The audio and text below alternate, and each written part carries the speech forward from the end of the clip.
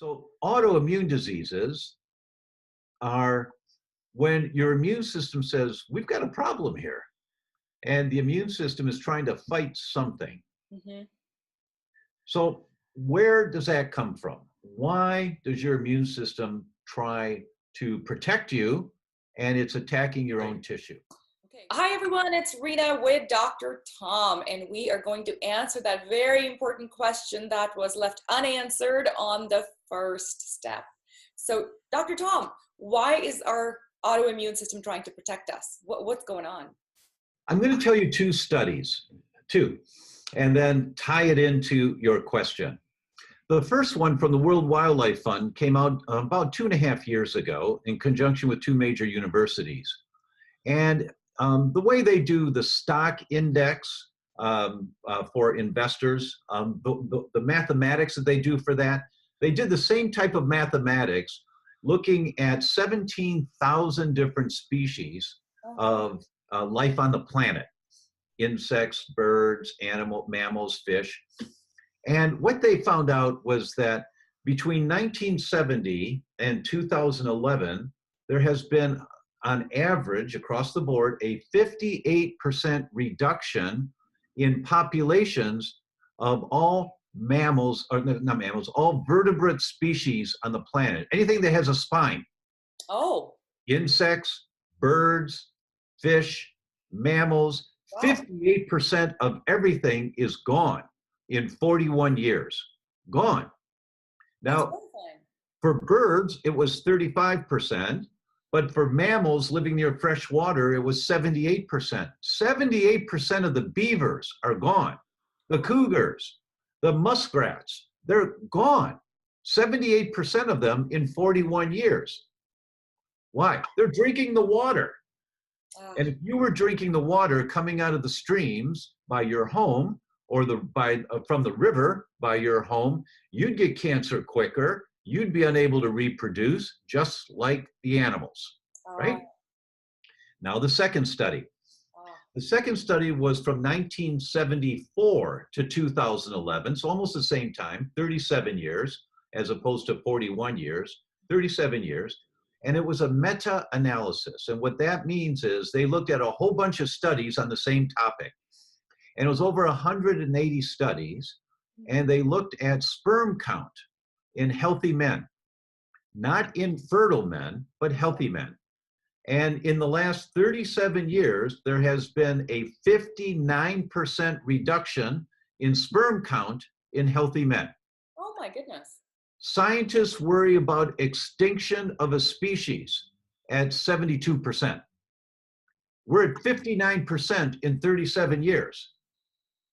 So now take the first study, 41 years, 58% of all the animals or of all the vertebrate species, 58% are gone. 78% of those near fresh water, gone.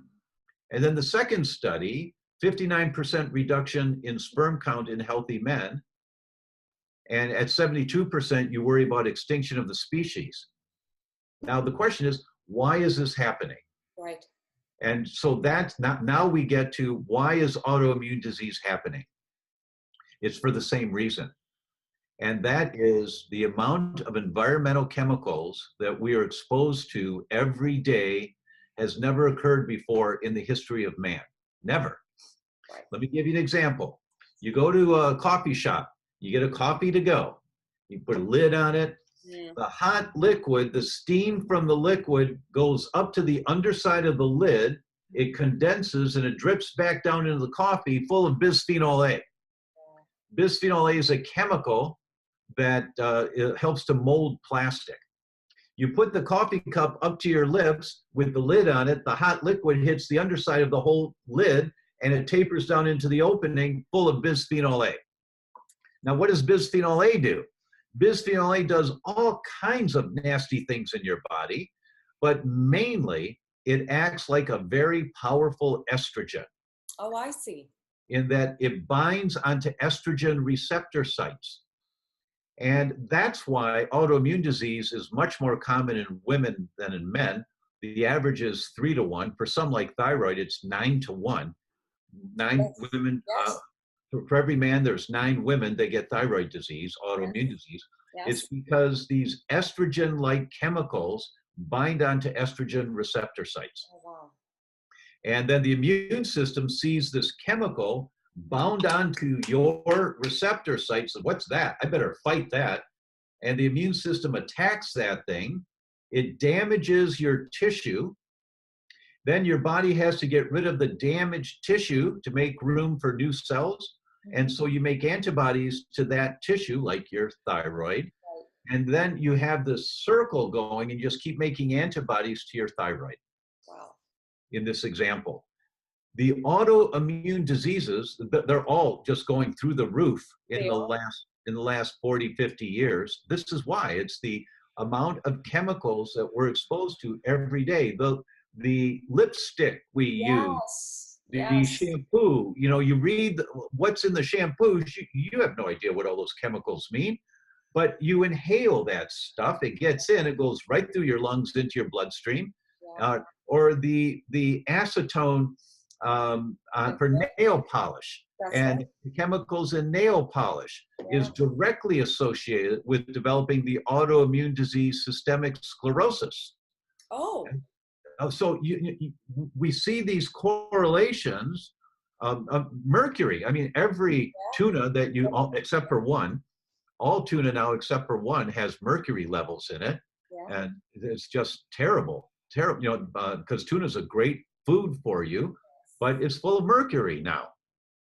And so we see this world of toxic chemicals and heavy metals that we're being exposed to, and these things accumulate in our body. I used to make jokes about this, 20, 25 years ago with my patients, that I saw an article that in the embalming industry, they use less embalming fluid now than they ever did before because our bodies are already preserved full of these toxic chemicals. I mean, so they're using less embalming fluid. I mean, that is so horrifying that you have to laugh at that we are we are being embalmed alive, and we wonder why our bodies are fighting so hard to protect us. That's right. And this stuff is so overwhelming for people. That's why I talked about Maitri. And there's 2 concepts. One is Maitri, be kind to yourself. Yes. And the second is just one. In the Museum of Science in Florence, there is a display. It's a round marble stand with a glass dome. It's about this high, and it's Galileo's finger. Oh. And if you go to Amazon, type in Galileo's finger, there's a couple of books about it. Galileo bequeathed that all of his inventions could be on display for all of posterity, as long as they also displayed his finger. Oh, okay. And so I used that slide, I took a picture of it, and I use that slide talking to physicians all the time, because doctors don't know all this stuff that I'm telling you, and I tell them the more technical aspects. They don't know this. And I say, look, here's what it takes. And the analogy I use is I say, I've sat where you are hundreds of times in seminars over the last 35 years. And if it's a good speaker or a good panel of speakers, I'm furiously taking notes, like some of you are in listening to these podcasts and these events. Yes. You're taking notes and pages sometimes of notes. And, and I take notes after notes after notes, and I go back to the practice on Monday morning. There's no time to implement any of it.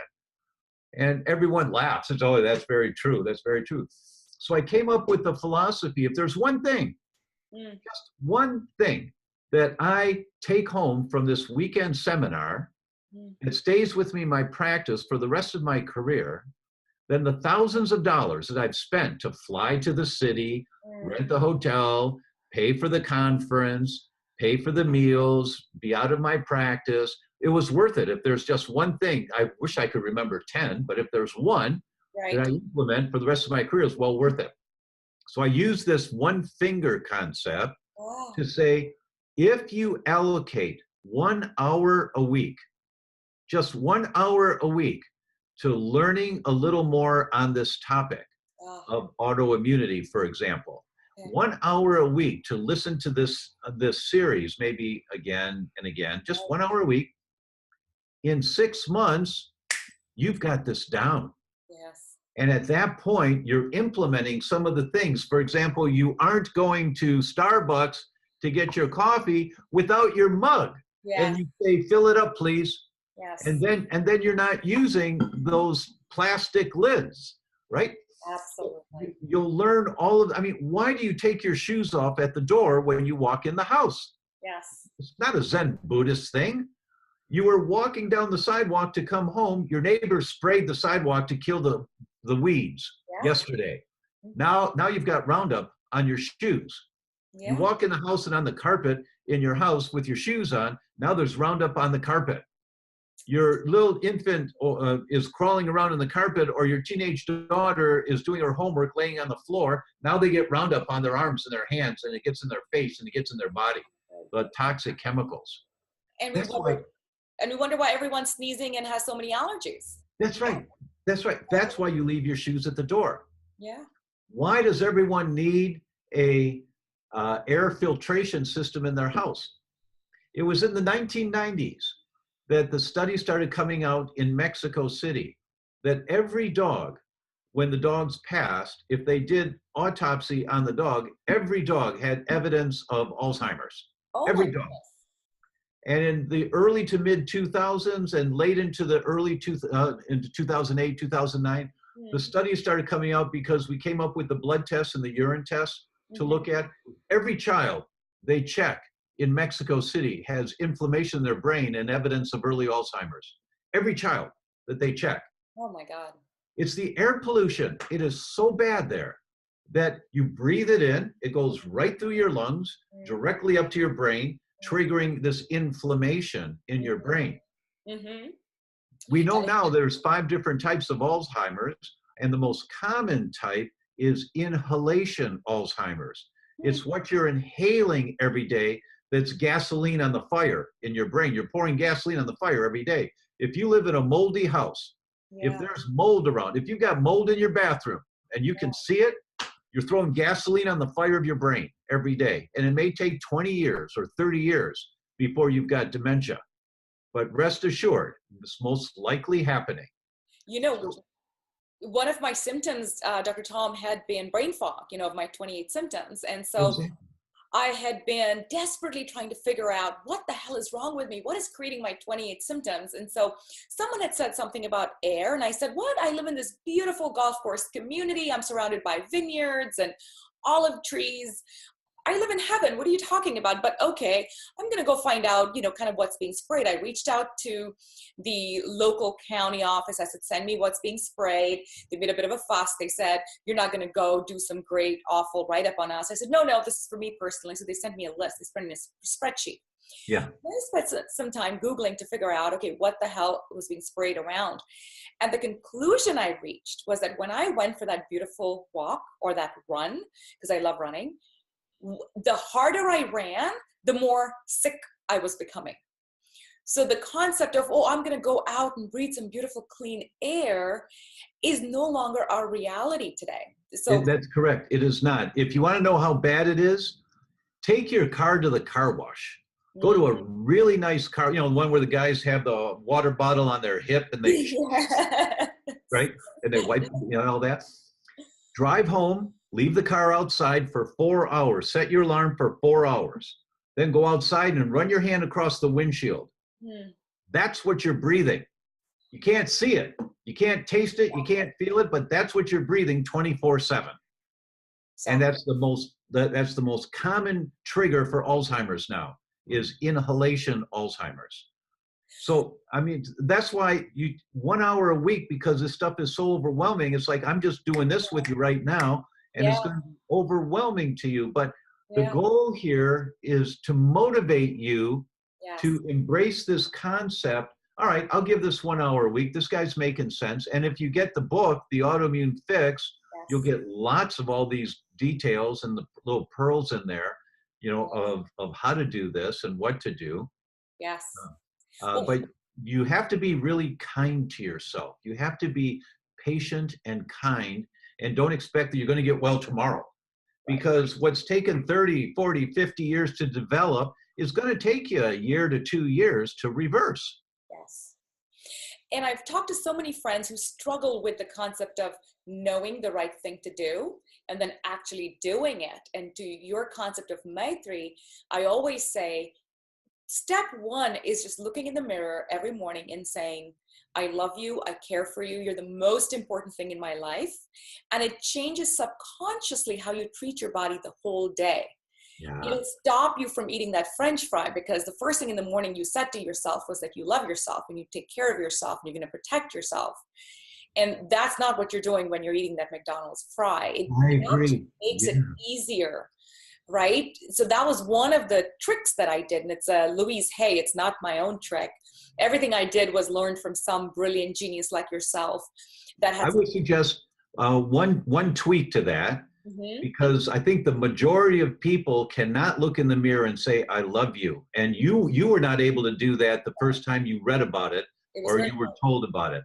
Yes. So it's just like everything else. And the concept is base hits win the ball game, not home runs.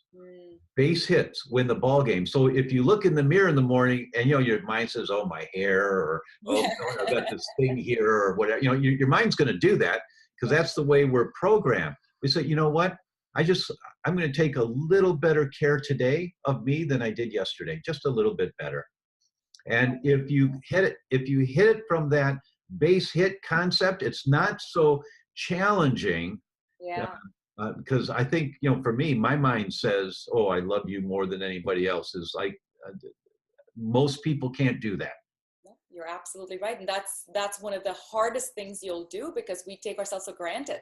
Right. And not until you've lost everything around your health do you understand how invaluable it is what your body's doing for you. You know, your body's job of keeping you strong and healthy and going. We just take that for granted. To your point, we don't give it the right fuel. We don't give it the right sleep. You're right. We take better care of our cars because, hey, that might be leased. You know, that I might need to actually return, or I paid money for that. Right, they're too expensive. Right. It's too expensive, right? I got to take care of my car because I paid a lot of money. And because we didn't pay for this body, and we don't realize that it's more precious than anything else you own at this point. And so it really deserves to be taken better care of. So Maitri, loving yourself, is a great start. But that's step one. In the next video, the third in the series, we're going to talk about what specific things you can start to do. So don't forget to keep an eye out and watch the third video in our series. Thanks for watching.